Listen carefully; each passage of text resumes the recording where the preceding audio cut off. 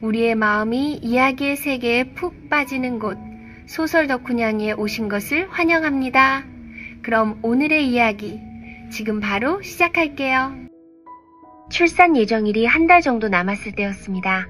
저는 우연히 남편 특전사 팀장인 고강혁 대위와 그의 부하가 나누는 대화를 엿듣게 되었습니다. 부하의 목소리는 망설임으로 가득했습니다. 팀장님, 정말로 설 소령님 출산 당일에 나서연 씨를 집으로 들이실 겁니까? 괜찮으시겠습니까? 정 도우시려거든. 그냥 설 소령님께 솔직히 말씀하시는 게 낫습니다. 그분도 그렇게 몰인정한 분은 아니신데 왜 굳이 숨기시는 겁니까? 고강혁 대위의 목소리는 낮게 깔렸지만 한 글자 한 글자 똑똑히 들렸습니다. 나서연 씨는 순직한 내 전우의 아내고 지금 임신까지 했어. 모른 척 할 수 없어. 하지만 지우설는 성격이 강해. 결혼할 때 내 눈에는 그녀 하나뿐이라고 약속했거든. 이렇게 대놓고 말하면 분명 화를 낼 거야. 차라리 출산 당일 정신없어서 다른 데 신경 쓸 겨를이 없을 때 사람부터 드리는 게 나아. 일이 이미 벌어지고 나면 그녀도 크게 떠들지 못할 테니까. 저는 아무것도 못 들은 척 조용히 침실로 돌아왔습니다. 예정일 당일 저는 집에서 출산을 준비하고 있었습니다. 최고의 군의관과 조산사가 분주하게 움직였습니다. 사람들은 남편에게 축하를 건넸습니다. 겹경사입니다. 그때 갑자기 문 밖에서 위병의 다급한 목소리가 들려왔습니다. 고대위님, 사령부에서 긴급 호출입니다. 참 공교롭게도 이 호출은 제가 미리 준비해둔 신호였습니다. 저는 위병인 김중리에게 조용히 하라는 손짓을 하고 서재 밖으로 조용히 다가갔습니다. 안에서는 부하인장 하사의 목소리가 계속 들려왔습니다. 고 대위님, 설 소령님이 비록 귀하게 잘하셨지만 분별력 있는 분입니다. 이렇게 숨기시다가 출산 당일에 갑자기 다른 여자를 들이닥치게 하면 그건 너무 몰아붙이시는 거 아닙니까? 고강혁의 목소리에는 일말의 무심함이 묻어났습니다. 장하사, 자네가 뭘 잘 모르는군. 설지우는 지금 임신으로 심신이 미약해. 이런 일에 신경 쓸 여력도 없어. 게다가 의사한테 물어보니 지우 뱃속의 아이는 딸일 확률이 높다더군. 하지만 나 서연 씨는 아들을 임신했어. 나 고강혁의 장남을 홀대할 순 없지. 거처는 제대로 마련해줘야 해. 장하사가 걱정스럽게 말했습니다. 하지만 설 소령님은 선안부, 사령부, 사령관님의 외동딸입니다. 만약 사령관님이나 오라버니께서 이 일을 아시면 고강혁이 피식 웃었습니다. 그 웃음엔 치밀한 계산이 깔려 있었습니다. 괜찮아. 장인어른과 처남은 지금 국경지대에서 임무 수행 중이야. 적어도 한 달은 지나야 돌아와. 그들이 돌아올 때쯤이면 모든 게 끝나 있겠지. 설지우가 받아들이기 싫어도 받아들여야 할 거야. 아무리 딸을 아낀다 한들 딸의 체면과 아이의 장래를 생각해서라도 더는 문제 삼지 못할 테니 그런 거였어. 순식간에 온몸이 차갑게 식어내렸습니다. 그는 모든 것을 계산해 둔 것이었습니다. 지금 제 곁에 아무도 없다는 것, 저를 지켜줄 사람이 없다는 것을 알기에 이토록 파렴치하게 구는 것이었습니다. 김중희가 분노하며 당장이라도 뛰어들려 했지만 저는 눈빛으로 그를 막았습니다. 장하사는 여전히 불안한 듯 다시 한번 설득했습니다. 혹시 만에 하나 설소령님께서 끝까지 양보하지 않으시면 어떡합니까? 고강혁은 자신만만한 목소리로 비웃었습니다. 그럴 리 없어. 장하사, 자네는 지우를 몰라. 그녀는 날 지독히도 사랑하거든. 내가 일개 평범한 특전사 대원일 때도 그녀는 신분 차이도 무시하고 나한테 시집 왔어. 지금 난 팀장이 됐고 그녀에게 부족하게 해준 것도 없는데 어떻게 감히 날 떠나겠어? 그는 잠시 말을 멈췄다가 경멸이 섞인 동정의 말투로 말을 이었습니다.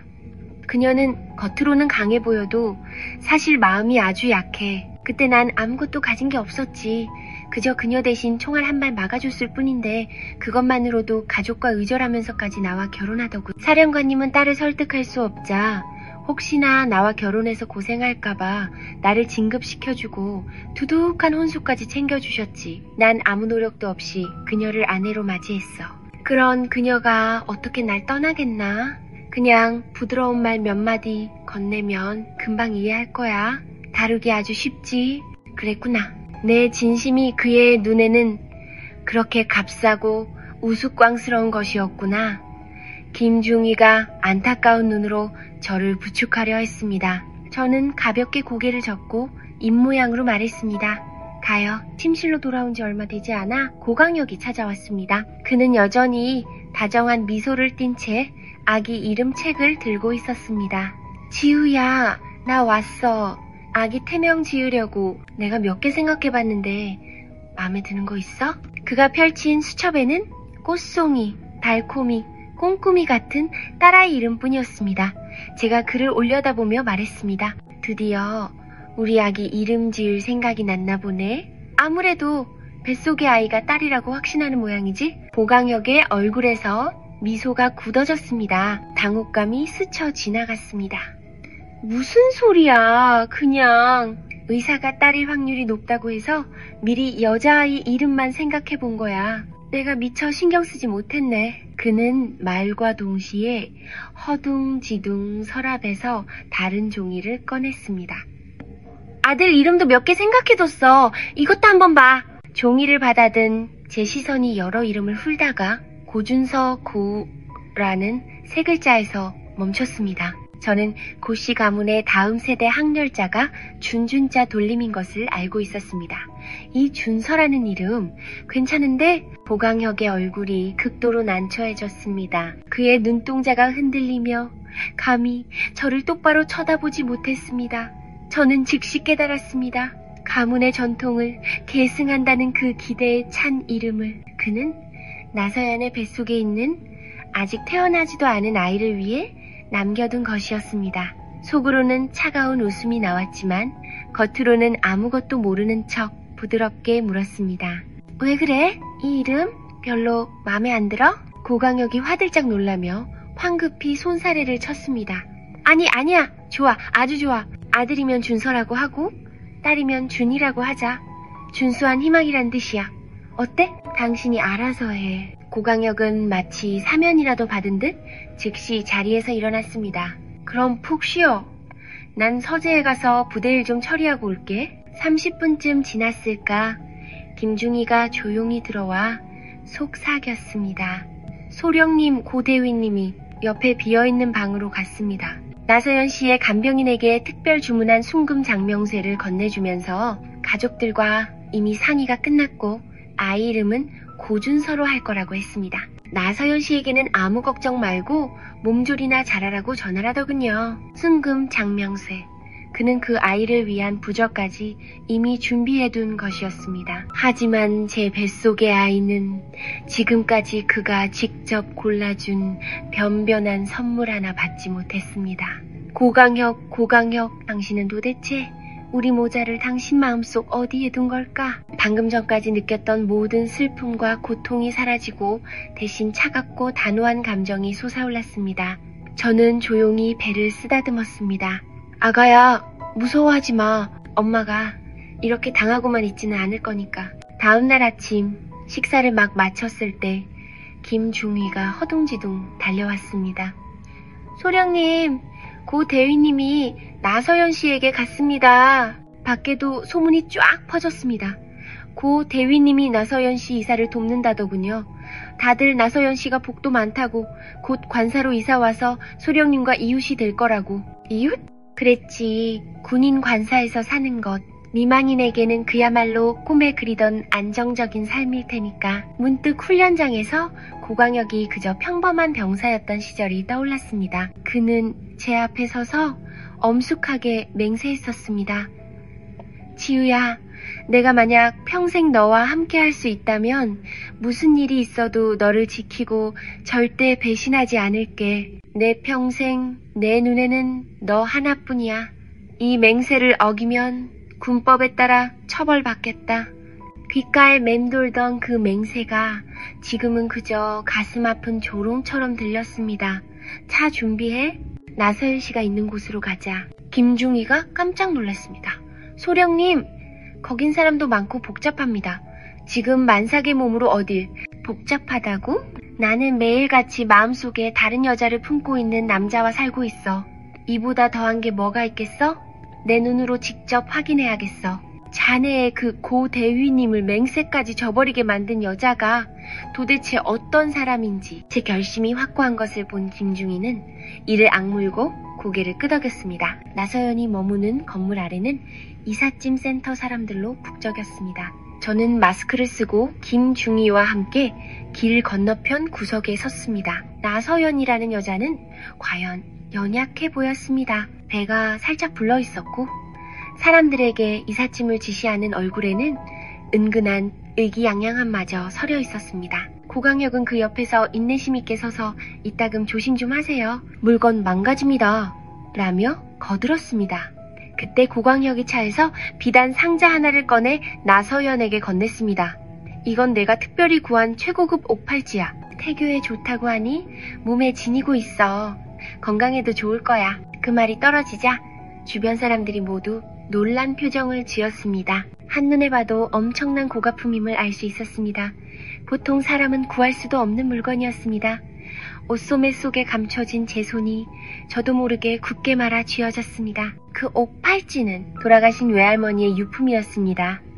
임종 직전 제 손에 직접 끼워주시며 이 팔찌를 지니고 있으면 언제나 할머니가 곁에 있는 것과 같다고 하셨습니다. 그것은 단순한 장신구가 아니라 할머니에 대한 제 모든 그리움이 담긴 물건이었습니다. 그런데 고강혁, 그가 감히 김중희가 분노에 뛰쳐나가려는 것을 제가 급히 붙잡았습니다. 그냥 둬요. 마음껏 의기양양하게.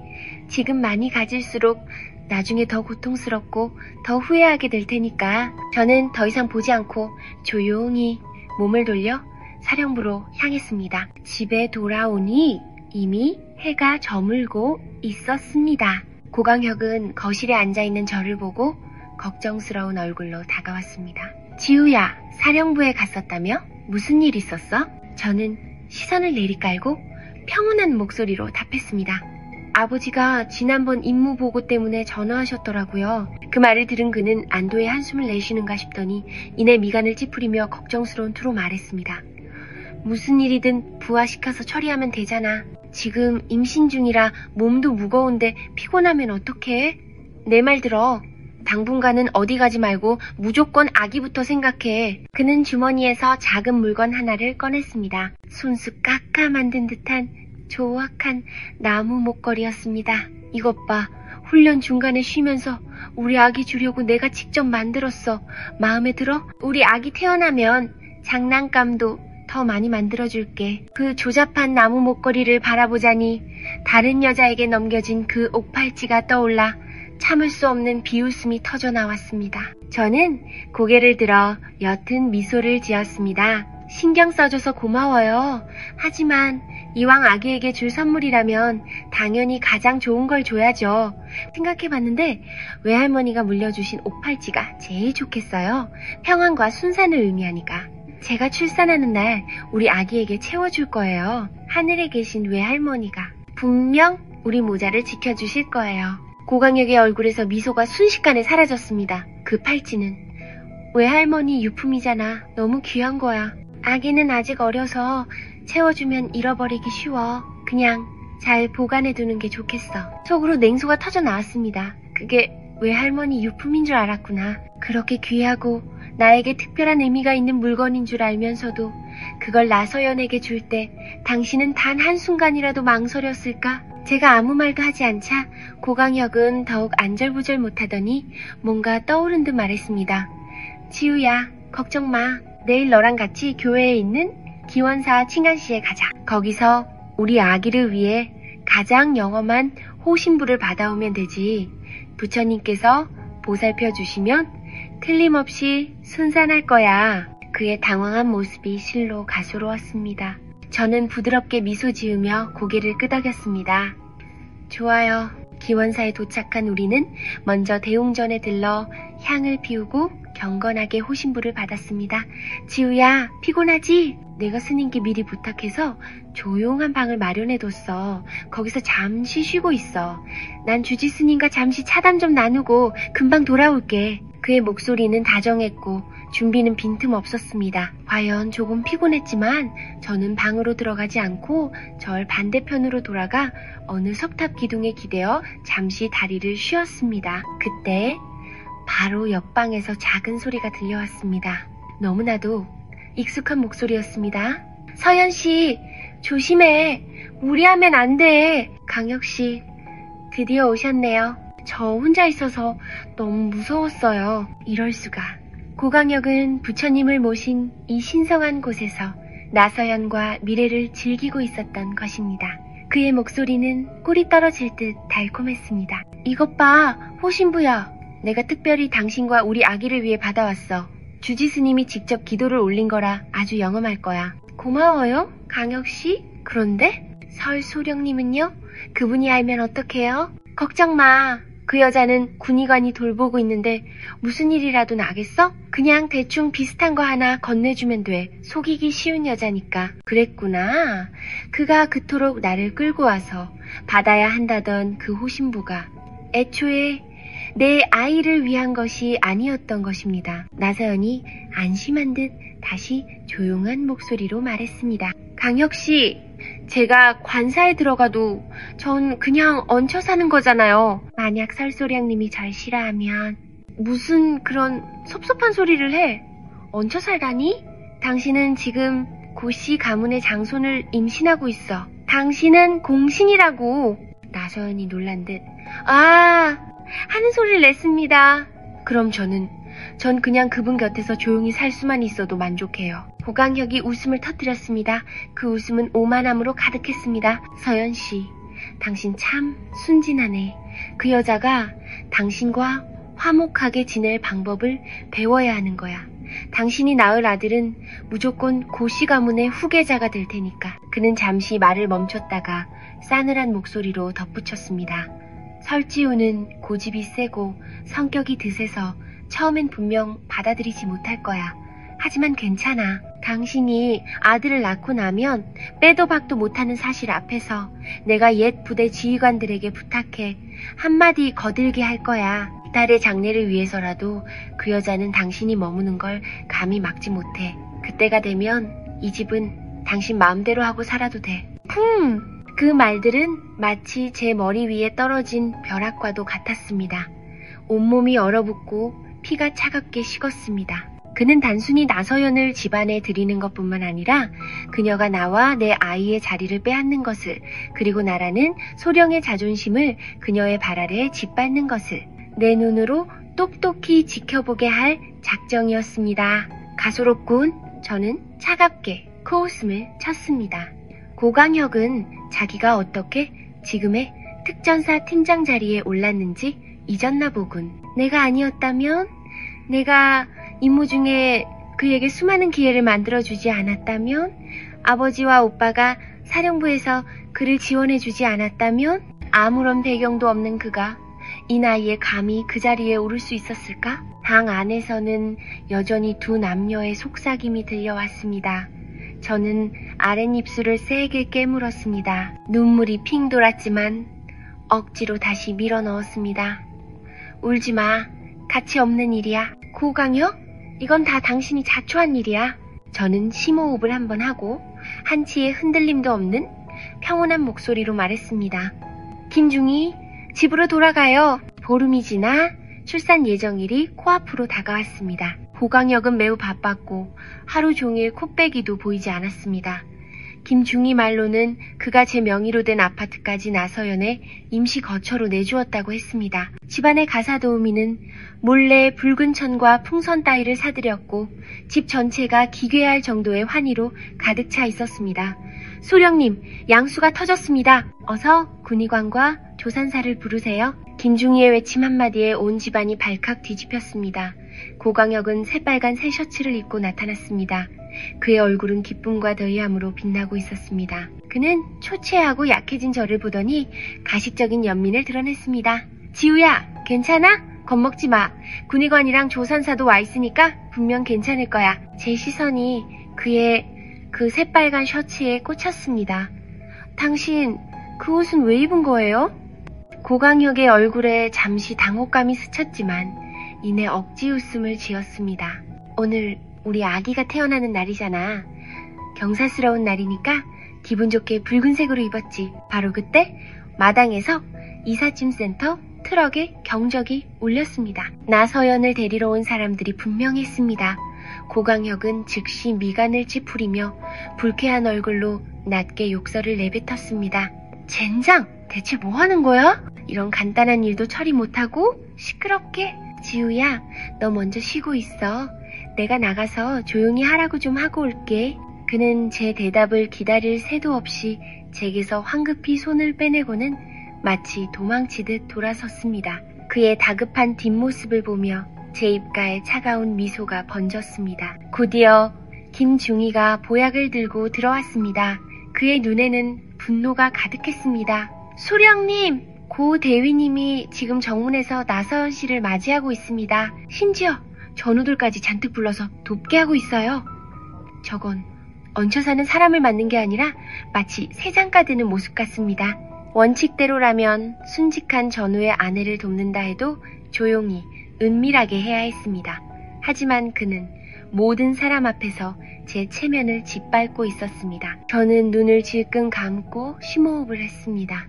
그 순간 배에서 격렬한 고통이 다시 밀려왔습니다. 김중희가 겁에 질려 제 손을 꽉 잡고 울먹였습니다. 소령님 제발 힘내셔야 합니다. 얼마나 몸부림쳤을까.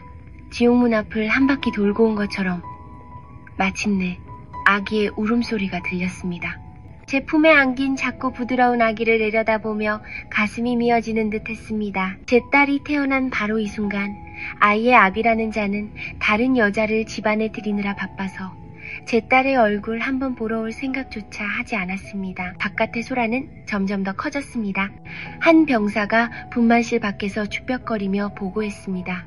고 대위님, 설 소령님께서 출산하셨습니다. 여자아이인데 아이가 좀 약하다고 합니다. 한번 들어가 보시겠습니까? 말이 채 끝나기도 전에 고강혁의 어머니가 신경질적으로 말을 잘랐습니다. 보긴 뭘 봐?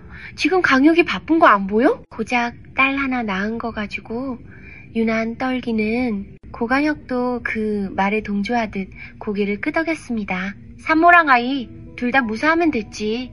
나중에 보러 가겠다고 전해. 병사를 쫓아낸 그의 기쁨에 찬 시선은 곧바로 곁에 서 있던 나서연에게 향했습니다.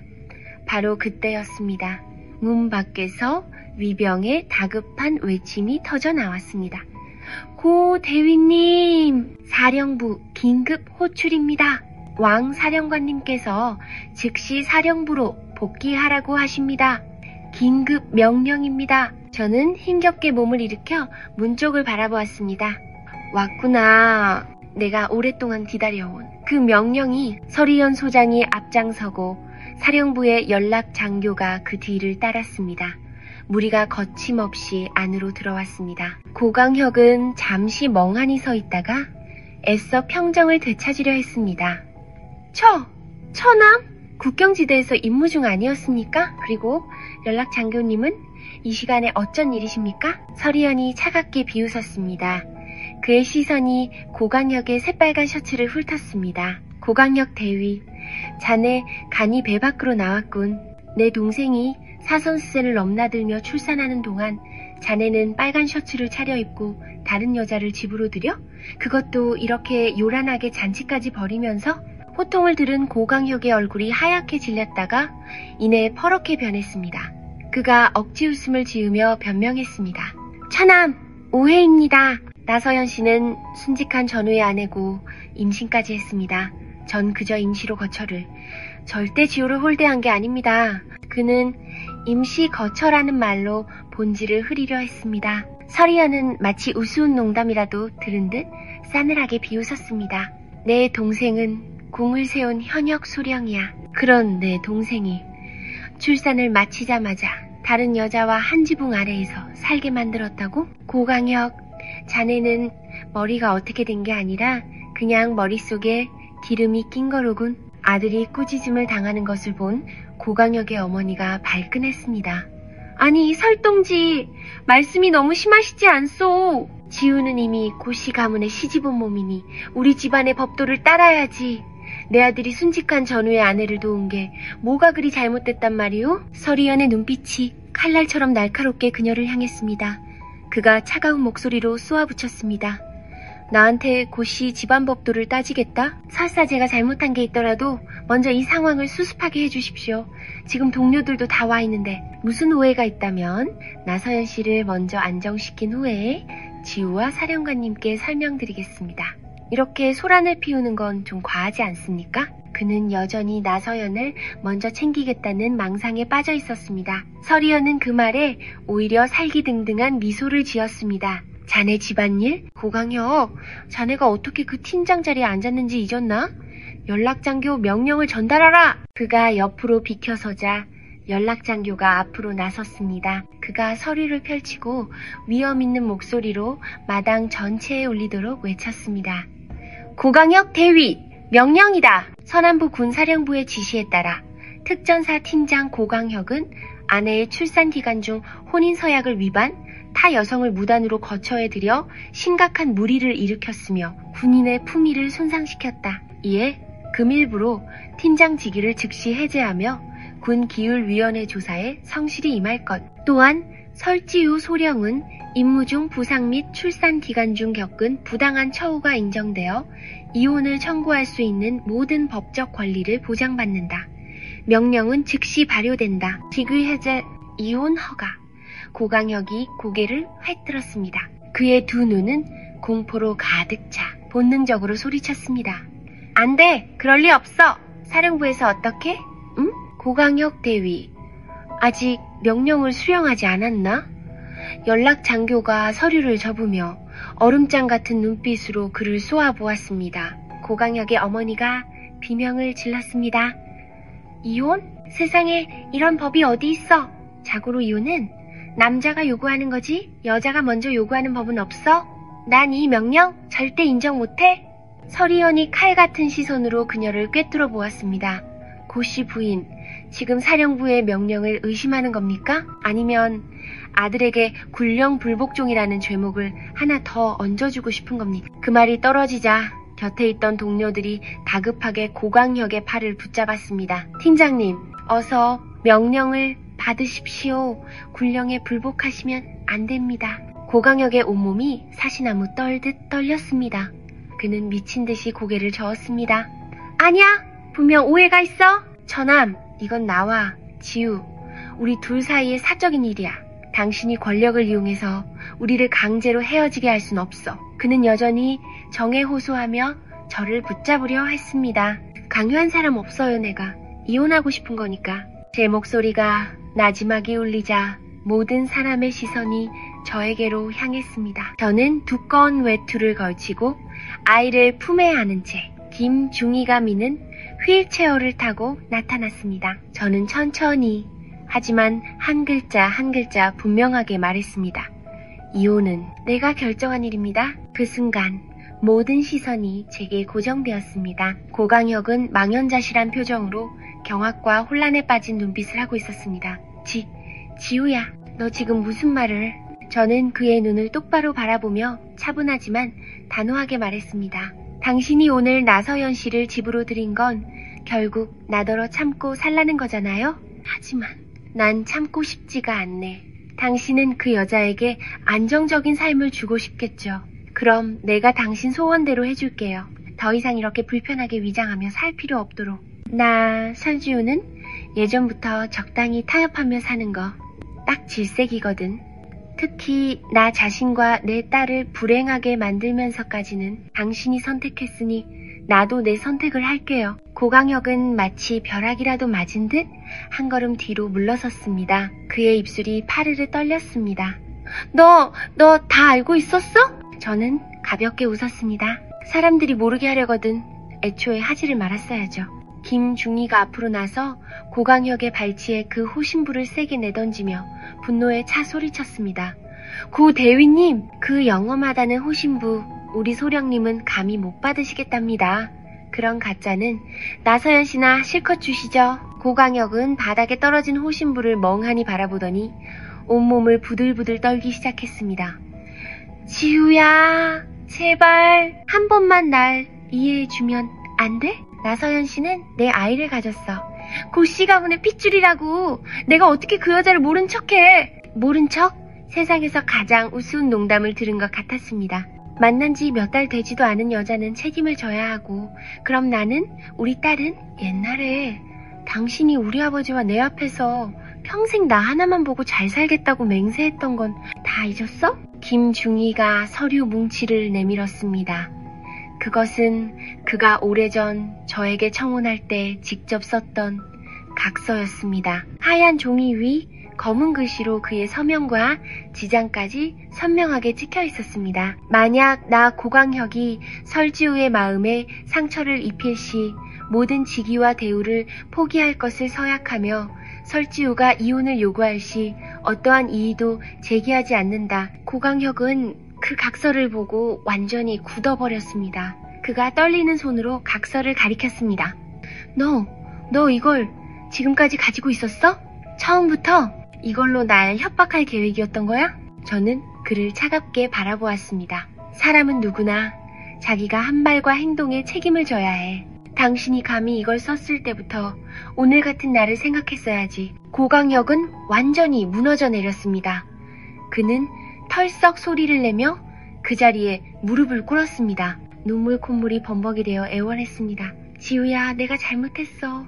정말 잘못했어. 이 엄마는 너는 여전히 내 아내야. 나서연 씨는 그냥 임시로. 아니야. 당장 내보낼게. 그 여자랑 깨끗하게 정리할게. 응? 제발 우리가 함께한 세월을 봐서라도, 우리 딸을 봐서라도 한 번만 용서해줘. 제발. 그의 눈에는 희미한 희망이 남아있었지만 제 마음은 이미 차갑게 식어 아무것도 느낄 수 없었습니다. 고광혁, 당신은 아직도 뭘 잘못했는지 모르는구나. 내가 그 옛날 가족의 반대를 무릅쓰고 당신과 결혼한 건 당신의 직위 때문이 아니었어. 당신이 말했던 그 진심이라는 것 때문이었지. 당신이 이런 가증스러운 인간인 줄 미리 알았다면 내가 과연 당신을 선택했을 것 같아?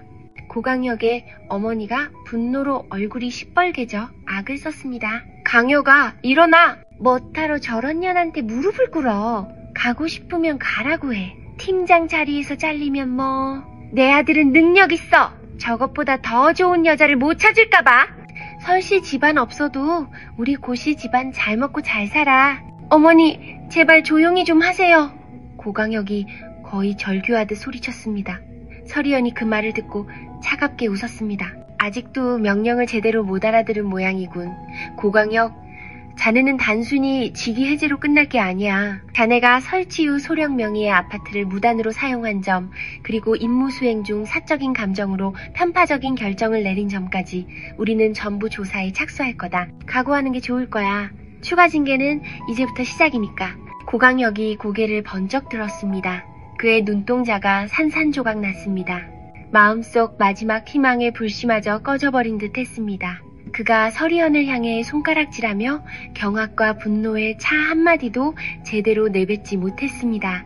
당신들, 이렇게까지 무자비하게 그의 목소리가 절망으로 떨렸습니다. 그의 처남 설 소장이 칼 같은 눈빛으로 말했습니다. 자네가 내 동생을 배신했을 때 그 결과에 대해 생각해 본 적은 있나?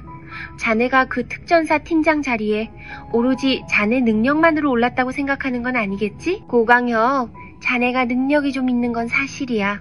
하지만 이 군대에 자네만큼 능력 있는 놈들은 널렸어. 내가 임무 중에 자네에게 기회를 몰아주지 않았다면, 아버지와 내가 사령부에서 자네를 밀어주지 않았다면, 아무 배경도 없는 자네 따위를 누가 거들떠보기나 했을 것 같나? 설희연의 한마디 한마디가 망치처럼 내리쳐 고광혁은 입을 닫고 잿빛이 된 얼굴로 무너져 내렸습니다.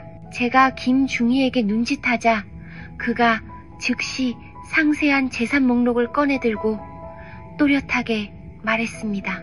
고광혁 대위님, 이것은 설지우 소령님의 혼전 재산 목록입니다. 현재 모든 확인이 끝났습니다.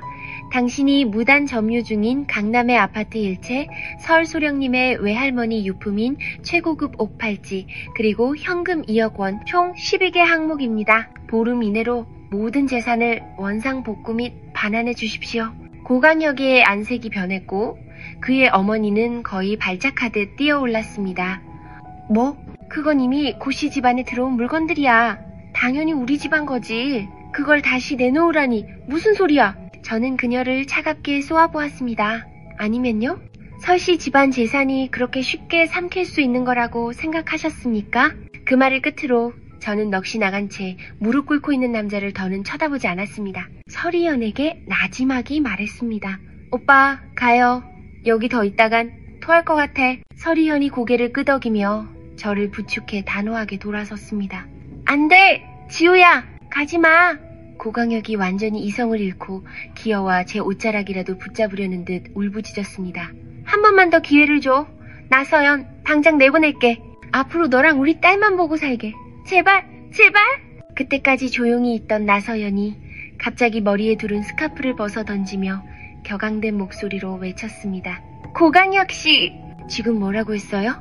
날 내보낸다고요? 그녀가 고강혁을 향해 손가락질하며 온몸을 떨었습니다. 나는 순직한 군인의 아내예요. 당신이 평생 책임지겠다고 약속했잖아요. 내 뱃속의 아이가 당신 핏줄이라면서요. 우리 모자에게 안정된 집을 주겠다면서요. 그런데 이제 와서 꺼지라니 그게 할 소리예요? 모든 사람 앞에서 치부가 드러나자 고강혁의 얼굴이 수치심으로 새파랗게 질렸다가 이내에 시뻘겋게 달아올랐습니다. 그가 벌떡 일어나 소리쳤습니다. 입 닥쳐. 내가 거처를 마련해 준 것만으로도 할 도리는 다 한 거야. 내 분수를 알아야지 감히 우리 집에 눌러 앉을 생각을 해? 좋은 말 할 때 물러나면 보상금이라도 조금 챙겨주지. 보상금? 나서연이 기가 막힌 듯 웃으며 눈물을 주르륵 흘렸습니다. 당신이 그랬잖아요. 설지우는 차갑고 무감각해서 침대에서는 목석이랑 다를 바 없다고. 애교라고는 눈꽃만큼도 모른다고. 나랑 있을 때가 진정한 행복이라고 말했잖아요. 그런데 이제 와서 무서우니까 날 헌신짝처럼 버리겠다고? 고강혁, 당신 진짜 위선자야. 고강혁이 경악하며 저를 돌아보고 황급히 변명했습니다. 지우야, 저 여자 말 믿지 마. 널 이간질하려고 날 모함하는 거야. 그는 말을 하며 나서연의 뺨을 때리려는 듯 손을 치켜들었습니다. 저는 즉시 그의 손목을 붙잡았습니다. 목소리가 얼음장처럼 차가웠습니다. 고강혁, 언제까지? 이 연극을 계속할 생각이지? 저는 주머니에서 물컵을 꺼내 그 안에 물을 바닥에 세게 쏟아부었습니다. 당신이 만약 이 바닥에 쏟아진 물을 단 한 방울도 남기지 않고 다시 컵에 담을 수 있다면 그때는 오늘 일 없었던 걸로 해줄게. 고강혁은 그 자리에 얼어붙은 듯 꼼짝도 하지 못했습니다. 그는 마침내 모든 것이 돌이킬 수 없게 되었음을 깨달았습니다. 동생, 가자. 설희연이 저를 감싸 안고 혼돈의 현장을 빠져나왔습니다. 등 뒤로 연락장교의 목소리가 들려왔습니다. 고강혁 대위, 이 이혼 서류에 서명할 건가 안 할 건가? 사령부에서 답변을 기다리고 있다. 고강혁의 새하얀 얼굴이 떨리는 목소리로 답했습니다. 서명하겠습니다. 손님들이 하나둘 흩어지기 시작했습니다. 그를 바라보는 모든 사람의 눈에는 경멸이 가득했습니다. 그의 어머니가 바닥에 주저앉아 울부짖었습니다. 이 배은 망덕한 것들, 너희들 분명 후회할 날이 올 거다. 우리 아들은 반드시 재기할 거야. 그때가 되면. 시끄러워. 고강혁이 격분하여 소리쳤습니다. 제발 그 입 좀 다무세요.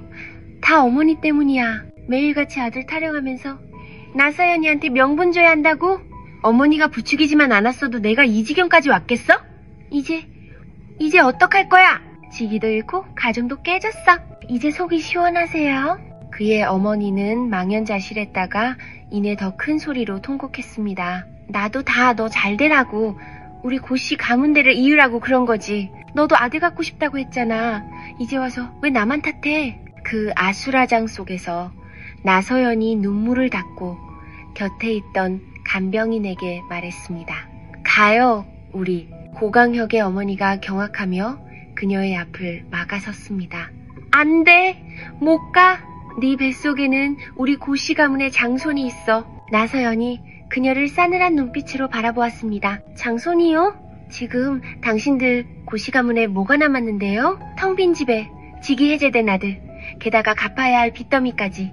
내가 이 아이를 낳을 것 같아요? 낙태약 한 사발이면 깨끗하고 간단해요. 네가 감히?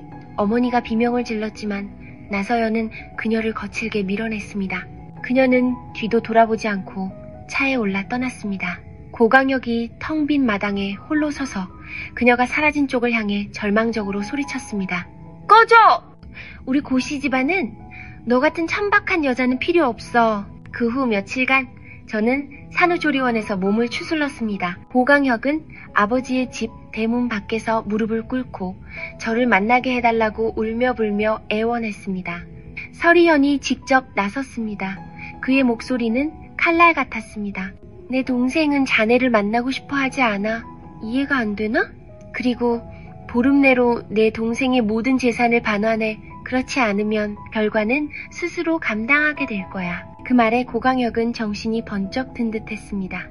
그는 즉시 나서연이 머물던 곳으로 달려가 옥팔찌와 아파트 열쇠를 되찾으려 했습니다. 하지만 나서연은 이미 옛 친구의 집으로 거처를 옮겨 그를 철저히 피했습니다. 그녀는 간병인을 통해 쪽지만 남겼습니다. 그 물건들은 당신이 자발적으로 준 거예요. 이제 와서 돌려달라고? 어림도 없지. 고강혁은 다시 사령부로 가서 옛 상사들에게 도움을 청하려 했습니다. 하지만 이번에는 위병소에서부터 문전박대를 당했습니다. 그는 집에 있는 값나가는 물건들을 모조리 팔아치우기 시작했습니다. 하지만 제 명의의 아파트와 그 옥팔찌는 그가 가진 모든 것을 팔아도 감당할 수 없을 만큼 비싼 것이었습니다. 제 삶은 서서히 평온을 되찾았습니다. 아버지께서는 홀로 아이를 키우는 저를 보며 걱정을 감추지 못하셨습니다. 지우야, 언제까지고 그렇게 혼자 살 수는 없다. 이혼도 했으니 이제 네 곁에 있는 사람들도 좀 돌아봐야 하지 않겠니? 그렇게 말씀하시며 아버지의 시선이 창밖을 향했습니다.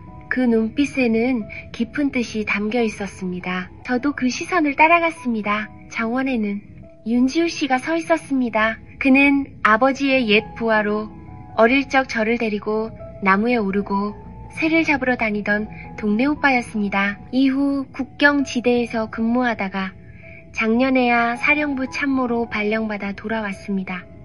그는 지금 제 딸아이와 함께 놀아주고 있었습니다. 햇살이 그의 어깨에 부서지며 그를 더욱 든든하고 따뜻하게 보이게 했습니다. 며칠 후 아니나 다를까 윤지우 씨가 저와 우연히 마주칠 기회를 만들었습니다. 그는 든 찻잔을 떨어뜨릴 뻔할 정도로 손을 떨면서도 굳은 어조로 말했습니다. 지우야, 지금 이런 말을 하는 게 적절하지 않다는 거 알아. 하지만 난 기다릴 수 있어.